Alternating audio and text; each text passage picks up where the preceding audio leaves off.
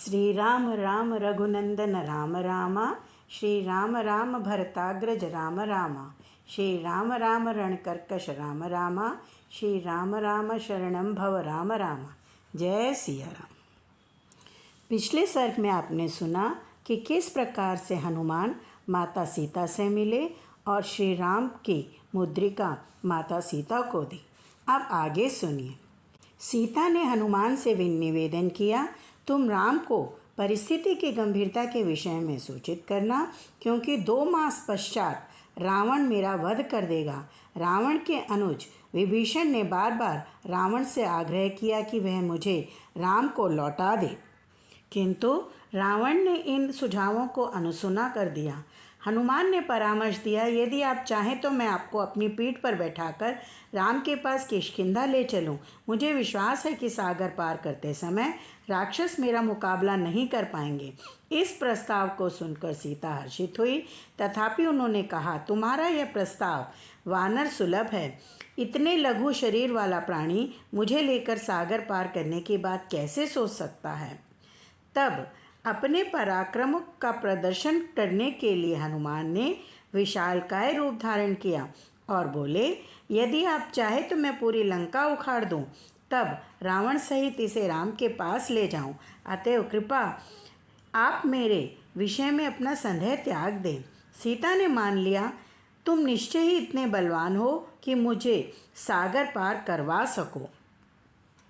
हे हनुमान, चूँकि मैं एक पतिव्रता स्त्री हूँ, अतएव मैं राम के सिवाय किसी अन्य के शरीर का स्पर्श नहीं करना चाहती हूँ। जब रावण ने मेरा अपहरण किया तब मैं असहाय और विवश थी। अब राम को स्वयं यहाँ आकर उस दुष्ट रावण का वध करके मुझे मुक्त करवाना चाहिए। उनके इसी कार्य में उनका यशोवर्धन होगा। तब हनुमान ने कहा, माता कृपया मुझे कोई चिन्ह दे, जिससे मैं राम को यह विश्वास दिला सकूं कि मैं आपसे मिलकर आया हूँ। अश्रुपूर्ण नेत्रों से सीता ने मंद स्वर में उत्तर दिया, हे हनुमान, राम को विश्वस्त करने के लिए तुम जाकर उन्हें यह घटना सुना देना। जब हम चित्रकूट में वास कर रहे थे तब कैसे एक कौवे ने मुझ पर आक्रमण किया और श्री राम ने कुश की चटाई से एक कुश निकाला और उसे ब्रह्मास्त्र के मंत्र से अभिमंत्रित किया। अभिमंत्रित करते ही वह कालाग्नि के समान ज्वलित हो उठा। उसका लक्ष्य वह पक्षी ही था। श्री रघुनाथ जी ने वह प्रज्वलित कुश उस कौवे की ओर छोड़ा। फिर तो वह आकाश में उसका पीछा करने लगा। वह कौवा कई प्रकार की उड़ाने लगा था अपने प्राण बचाने के लिए। इस संपूर्ण जगत में भागता फिरा, किंतु उस बाण ने कहीं भी उसका पीछा ना छोड़ा। उसके पिता इंद्र तथा समस्त श्रेष्ठ महर्षियों ने भी उसका परित्याग कर दिया। तीनों लोकों में घूमकर अंततः में वह पुनः भगवान श्री राम की शरण में आया। श्री रघुनाथ जी ने जो शरणागत वत्सल हैं, उनकी शरण में आकर जब वह पृथ्वी पर गिर पड़ा तब उन्हें उन पर दया आई। उसको लक्ष्य करके भगवान बोले, ब्रह्मास्त्र का तो व्यर्थ नहीं किया जा सकता, अतः बताओ इसके द्वारा तुम्हारा कौन सा अंग भंग किया जाए। फिर उसकी सम्मति के अनुसार श्री राम ने उस अस्त्र से उस कौवे की दाहिनी आंखें नष्ट कर दी। इस प्रकार दायां नेत्र देकर वह अपने प्राण बचा सका। तदनंतर दशरथ नंदन राजा श्री राम को नमस्कार करके उन वीर शिरोमणि से विदा लेकर वह अपने निवास स्थान को चला गया।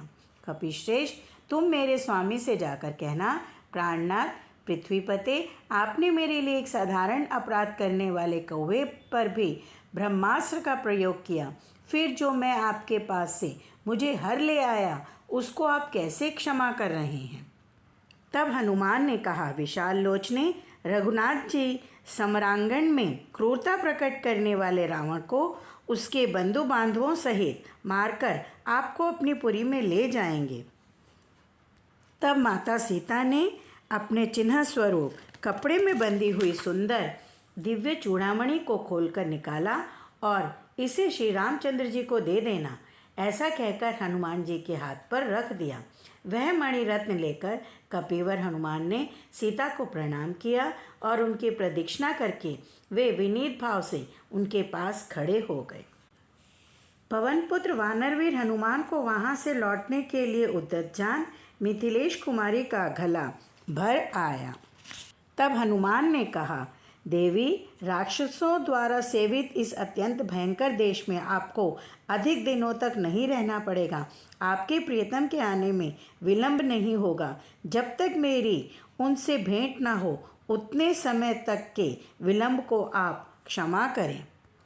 वानरवीर हनुमान जी जब वहाँ से जाने लगे तब उस स्थान से दूसरी जगह हटकर वे इस प्रकार सोचने लगे, इस निर्दयी रावण का यह सुंदर उपवन नेत्रों को आनंद देने वाला और मनोरम है। नाना प्रकार के वृक्षों और लताओं से व्याप्त होने के कारण यह नंदनवन के समान उत्तम प्रतीत होता है। जैसे आग सूखे वन को जला डालती है, उसी प्रकार मैं भी आज इस उपवन का विध्वंस कर डालूंगा। उसके भग्न हो जाने पर रावण अवश्य मुझ पर क्रोध करेगा। तब मैं प्रचंड पराक्रम दिखाने वाले उन राक्षसों से भिड़ जाऊंगा और रावण की भेजी हुई सारी सेना को मौत के घाट उतारकर सुखपूर्वक सुग्रीव के साथ निवास स्थान किष्किंधापुरी को लौट जाऊंगा। ऐसा सोचकर भयानक पुरुषार्थ प्रकट करने वाले पवन कुमार हनुमान जी क्रोध से भर गए और वायु के समान बड़े भारी वेग से वृक्षों को उखाड़ उखाड़ कर फेंकने लगे। वहाँ के वृक्षों को खंड खंड कर दिया, जलाशयों को मत डाला और पर्वत शिखरों को चूर चूर कर डाला। इससे वह सुंदर वन कुछ ही क्षणों में अभव्य दिखाई देने लगा। लता मंडल और चित्रशालाएं उजाड़ हो गईं। पाले हुए हिंसक जंतु, मृग तथा तरह तरह के पक्षी आर्तनाद करने लगे। इस प्रकार महामना राजा रावण के मन को विशेष कष्ट पहुंचाने वाला कार्य करके अनेक महाबलियों के साथ अकेले ही युद्ध करने का फैसला लेकर कपिश्रेष्ठ हनुमान जी वृंदावन के फाटक पर आ गए। उस समय वे अपने अद्भुत तेज से प्रकाशित हो रहे थे। पर्वत के समान बड़े शरीर वाले महाबली वानर को देखकर वहाँ पर हुई राक्षसियाँ जनक नंदिनी सीता से पूछने लगी, विशाल लोचने, यह कौन है और किसका है और कहाँ से किस लिए यहाँ आया है? सर्वांग सुंदरी साध्वी सीता ने कहा, इच्छानुसार रूप धारण करने वाले राक्षसों को समझने या पहचानने का मेरे पास क्या उपाय है? तुम ही जानो यह कौन है और क्या करेगा। विदय नंदिनी सीता की यह बात सुनकर राक्षसियाँ बड़े वेग से भागी और कुछ रावण को सूचना देने के लिए चली गईं। उन्होंने कहा, अद्भुत रूप धारण करने वाले उस वानर ने, हे रावण, आपके मनोहर वृंदावन को, जिसमें नाना प्रकार के पशु पक्षी रहा करते हैं, उजाड़ दिया है। राक्षसियों की बात सुनकर राक्षसों का राजा रावण प्रज्वलित चिता की भांति क्रोध से जल उठा। उसके नेत्र रोष से घूमने लगे। उस महातेजस्वी निशाचर ने हनुमान को कैद करने के लिए अपने ही समान वीर किंकर नामधारी राक्षसों को जाने की आज्ञा दी। राजा की आज्ञा पाकर 80,000 वेगवान किंकर हाथों में कूट और मुद्गर लिए उस महल से बाहर निकले। वे विचित्र गदाओं, सोने से मढ़े हुए परिधों और सूर्य के समान प्रज्वलित बाणों के साथ वानरश्रेष्ठ हनुमान पर चढ़ गए। पवनपुत्र हनुमान अत्यंत विशाल शरीर धारण करके अपनी पूंछ फटकारने और उसके शब्द से लंका को प्रतिध्वनित करने लगे। उस समय हनुमान जी ने उच्च स्वर में इस प्रकार घोषणा की, अत्यंत बलवान भगवान श्री राम तथा महाबली लक्ष्मण की जय हो। श्री रघुनाथ जी के द्वारा सुरक्षित राजा सुग्रीव की भी जय हो। मैं अनायास ही महान पराक्रम करने वाले कौशल नरेश श्री रामचंद्र जी का दास हूँ। मेरा नाम हनुमान है। मैं वायु का पुत्र तथा शत्रु सेना का संहार करने वाला हूँ। मैं लंकापुरी को तहस नहस कर डालूंगा और मिथिलेश कुमारी सीता को प्रणाम करने के अनंतर सब राक्षसों को देखते देखते अपना कार्य सिद्ध करके जाऊंगा। हनुमान जी की इस गर्जना से समस्त राक्षसों पर भय एवं आतंक छा गया। वीर पवन कुमार उस बारिक को लेकर आकाश में विचरने लगे। जैसे सहस्र नेत्रधारी इंद्र अपने वज्र से दैत्यों का वध करते हैं, उसी प्रकार उन्होंने उस बारिक से सामने आए हुए समस्त राक्षसों को मार डाला। राक्षसों की इस विशाल सेना को मारी गई सुनकर राक्षस राज रावण की आंखें चढ़ गई। उसने अपने पुत्र प्रहस्त के पुत्र को, जिसके पराक्रम की कहीं तुलना नहीं की जा सकती तथा युद्ध में जिसे परास्त करना नितांत कठिन था, हनुमान जी का सामना करने के लिए भेजा। इस बीच हनुमान ने अशोक वाटिका में स्थित राक्षसों के इष्ट देवता के भव्य मंदिर का विध्वंस करना आरंभ कर दिया।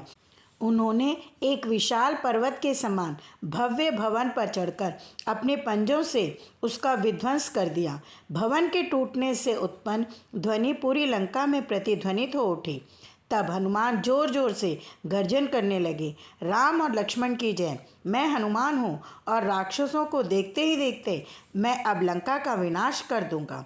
क्रोधित हनुमान ने मंदिर का एक स्तंभ नष्ट कर दिया और भयंकर रूप धारण करके उस स्तंभ को इस प्रकार घुमाया कि अन्य खंभों से टकराने के पश्चात उसमें अग्नि उत्पन्न हो गई और उसी प्रज्वलित स्तंभ से उन्होंने प्रहरियों का नाश कर दिया। समूचा भवन धुएं से भर आया। हनुमान बार बार चिल्लाते, राम की जय, लक्ष्मण और वानरों की जय। तत्पश्चात गधों द्वारा खींचे जाने वाले रथ पर बैठकर जाम्बूमलि, जो प्रहस्त का पुत्र था, वहां आया। उसने के धनुष की भयंकर टंकार सारे आकाश में प्रतिध्वनित हो उठी। अविलंब जाम्बूमाली ने एक बाण से हनुमान के मुख पर तथा 10 बाणों से उसकी भुजाओं पर प्रहार किया। हनुमान का मुख रक्त से लथपथ हो गया। कृत हनुमान ने एक विशाल पत्थर उठाया और जाम्बूमाली के ऊपर फेंक दिया। जाम्बूमाली की छाती पर हनुमान ने इस प्रकार प्रहार किया कि उसके सिर, पैर, रथ और गधों का में भेद करना असंभव हो गया। जाम्बूमाली की मृत्यु का समाचार सुनकर रावण और क्रुद्ध हो उठा। उसने अपने मुख्यमंत्री के 7 पुत्रों को एक विशाल सेना सहित हनुमान के पास भेजा। हनुमान ने असंख्य राक्षसों को अपने हाथों तथा पैरों से मार गिराया। अन्यों को उन्होंने नखों से चीर दिया। मुख्यमंत्री के 7 पुत्रों का वध होने के पश्चात शेष योद्धा भय के कारण पलायन कर गए। हनुमान ने विरूपाक्ष और युपक्ष नामक दोनों सेनापतियों का वध कर दिया। तब शेष बचे 2 सेनापति प्रघस एवं भास्कर्ण हनुमान के समक्ष आए और उन्हें भाले एवं शर से भेद दिया, जिससे वे रक्त से लथपथ हो गए। इन 5 सेनापतियों का संहार करने के पश्चात हनुमान ने सेना के शेष राक्षसों का सरलता से वध कर दिया। यह सब सुनकर रावण ने अपने पुत्र अक्षय को हनुमान से युद्ध करने के लिए भेजा। अक्षय अपने उस दिव्य रथ पर जा बैठा जो वायु में उड़ सकता था और जिसे 8 घोड़े खींच रहे थे। अशोक वाटिका के पास आते ही अक्षय ने हनुमान के ऊपर बाणों से वर्षा आरंभ की। तत्पश्चात एक भयंकर मल्ल युद्ध हुआ, जिसे धरती कांप उठी, सूर्य क्षीण पड़ गया और वायु अवरुद्ध हो गई। हनुमान ने अक्षय के सभी घोड़ों को अपने हाथ के प्रहार से नष्ट कर दिया और उस अक्षम रथ को भी धरती पर गिराकर टुकड़े टुकड़े कर दिए। अक्षय अपना धनुष तथा तलवार उठाकर रथ पर से उछल पड़ा और आकाश में इस प्रकार चला गया जैसे कोई ऋषि स्वर्ग की ओर जा रहा हो। किंतु तीव्र गति वाले हनुमान ने रावण के उस पुत्र अक्षय को पैरों की ओर से पकड़ लिया और सहस्त्रों बार घुमाते हुए प्रचंड वेग से नीचे पटक दिया। उसके सभी अंग नष्ट हो गए और छाती कुचली गई। रक्त का वमन करते हुए अक्ष ने अपने प्राण त्याग दिए।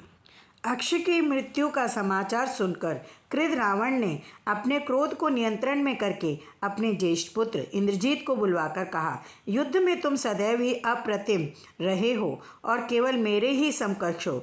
अब जाओ और उस रहस्यमयी शत्रु को पराजित करने के लिए जो कुछ भी आवश्यक हो करो।